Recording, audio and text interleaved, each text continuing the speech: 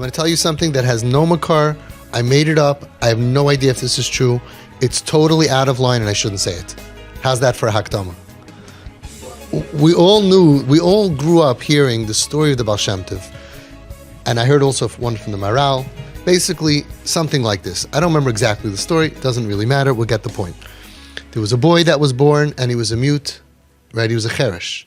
He couldn't talk, he couldn't hear. And came to, he was 9, I think, according to the Maral story, or he was bar mitzvah, and something happened with a chicken, I think, and they gave it to him, and so he said amen, or he said a bracha, and he died. Something like that. And they asked the Baal Shem Tov, and the other story with the Maral, what's going on over here? The parents didn't understand that. And the answer was that this was a very chashav tzaddik in a previous gilgul, and he was mamish perfect, but he made one thing, that he said that a chicken was treif when it was kosher. And apparently he insulted the chicken. Can you imagine how careful we have to be about neshamas? He insulted the chicken, it was a mistake, or he was mafsid the person money, he said give it away and they couldn't use it, whatever. And he had to come down to be masakin his gilgul. So the tzaddik told Shemayim, I don't want to go down because now I have one avera. If I go down, I can end up with many averas, so I don't want to go back down there. So they gave him a gift, that he'll be deaf mute, so he's pater from averis, can't do any damage, and he'll come down and he'll do a tikkun for this thing, and then this story happened, and he was able to make the bracha, or say amen, or whatever the tikkun was, and then he died.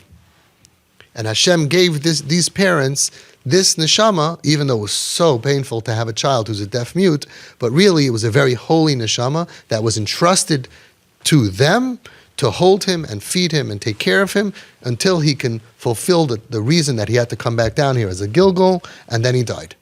Something like that, right? It wasn't a chicken, it was a neshama. If you make a bracha, then he gets the tikkun. Okay, and the chicken was a neshama. Okay, everybody got tikkun. It was tikkun given out to everybody. Okay, it was but that was basically the story. And I'm sitting here for the last, how many years already? And I'm looking at these kids. And these kids who are our best, brightest, sweetest, nicest neshamalach. And there's some gzeira that causes them to be abused, many of them, maybe most of them, abused sexually in other ways and broken tzibrachen. And they're like on the bottom of the world. And then so many times you look at the chat, you hear a story, kid put on tefillin, kid kept Shabbos Friday night. They do something unbelievable. They do, and it happens all the time. I'm so impressed from them. And it's like almost like we can see that Hashem, for some reason, is saying, I want to bring out that this child is going to make a tikkun in this thing. So how am I going to do it? If he's going to be a regular from person, how's he going to make a tikkun and fight for Shabbos or fight for kashrus or fight for tefillin or something? So I'm going to make him somehow, I don't know how this works. Again, I'm totally making this up. Just to bring out a point. I have no idea what's going on up there, right? But I'm going to make him nabach tzibrachen and off the derech and lose everything in his life and feel tremendous pain and tsar. And I'm sure there's a reason in Shemayim it works out. As the China Rebbe said, they're a carbon tzibur, that they're being mechapa for our affairs. However it works out, that it works out. But I'm sure it works out, right? But then they're like on the bottom. And then all of a sudden they do something. And it's like, wow. How many times a day do I hear a story about a kip who did something and I say, if I went through what he went through, I would never do that. Would I ever do that? So many people are judging them. But al tadanes chavercha ad shetagilam kaimai. Don't judge someone until you reach where they are. And I know their pain.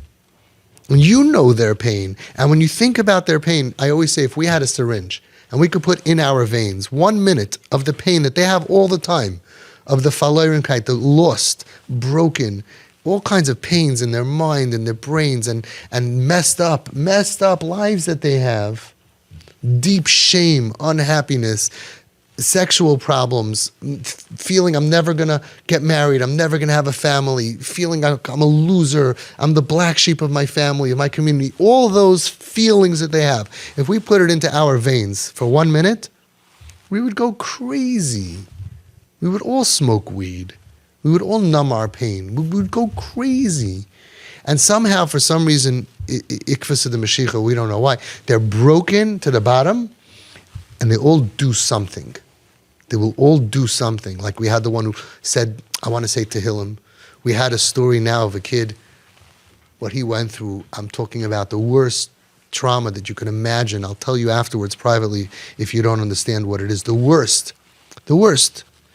And he decided now he wants to make for a yard site in the family. He made a siyum.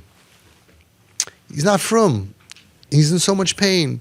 And this happens all the time. So many kids, they do something. I had a kid who took his laptop and said, I don't want to watch schmutz anymore. Off the derech kid.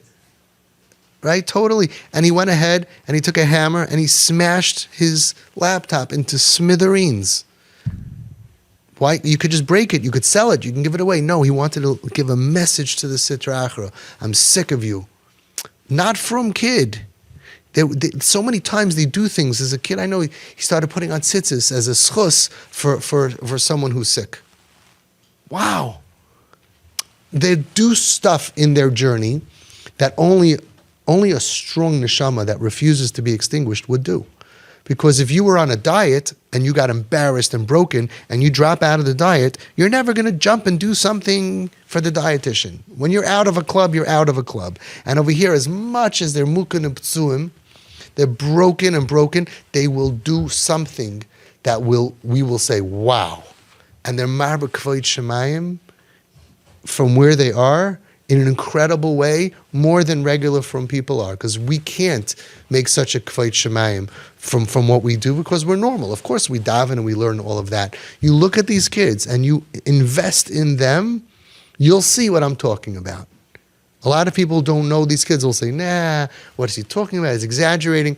In the group, how many stories do we have of kids who have done stuff that we say, if I went through what he went through, would I do that? So they're bringing out the power of a Yiddish neshama that will not extinguish. That's why a flame is a neshama. Ner Hashem nishmas Adam. Right? So why? Because a flame is the only thing in the world that even if you turn it over, it goes up. These kids are turned over. They don't know if it's night or day. They don't know when to sleep. They're dysfunctional. They don't know if they're straight or not. They don't know anything in this world. They don't see a future. They don't see happiness. They want to be like you. They can't. They don't see it. They don't see it. They don't see it. And still, somehow the neshama flackert. The neshama flickers, and you'll see it every once in a while. That they will try to do something. They'll keep a Friday night Shabbos. They'll smoke a cigarette less. They'll do something that shows you that they really, really want, and they try, and they're doing the best that they can. Maybe they're trying even harder than we're trying, or our regular kids are trying. Because if you're floating in the system, we don't try necessarily that hard. I'm not knocking it. I want everybody to have happy, healthy kids who float through the system. And they also steig and they do hard stuff. But being beaten to the bottom and still lifting your arm is an unbelievable, unbelievable thing. And that Hashem is maybe getting. And so maybe, I don't know, maybe it's like they have to make some kind of a tikkun to fight for Shabbos, which a regular frum person doesn't ever fight for Shabbos.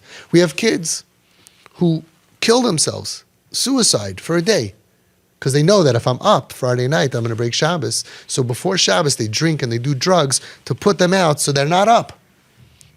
They're killing themselves for Shabbos. And the parents say, that's called Shmir Shabbos. Horrible, I feel so bad. And it's horrible. No, they're being meiser nefesh themselves for Shabbos. Regular kids can't do that. So many things, if you follow the journey of these kids, they bring out a tremendous kvoit shemayim, unfortunately, from mimamakim, from the lowest places. And if we're smart and we're intuitive and we're with them, you'll see it. Your kids will impress you and will impress Hashem. And I'm sure that that's why Hashem's doing it. It's got to be. There's a reason for everything. We don't understand it, but there is something that they are bringing out that none of us are.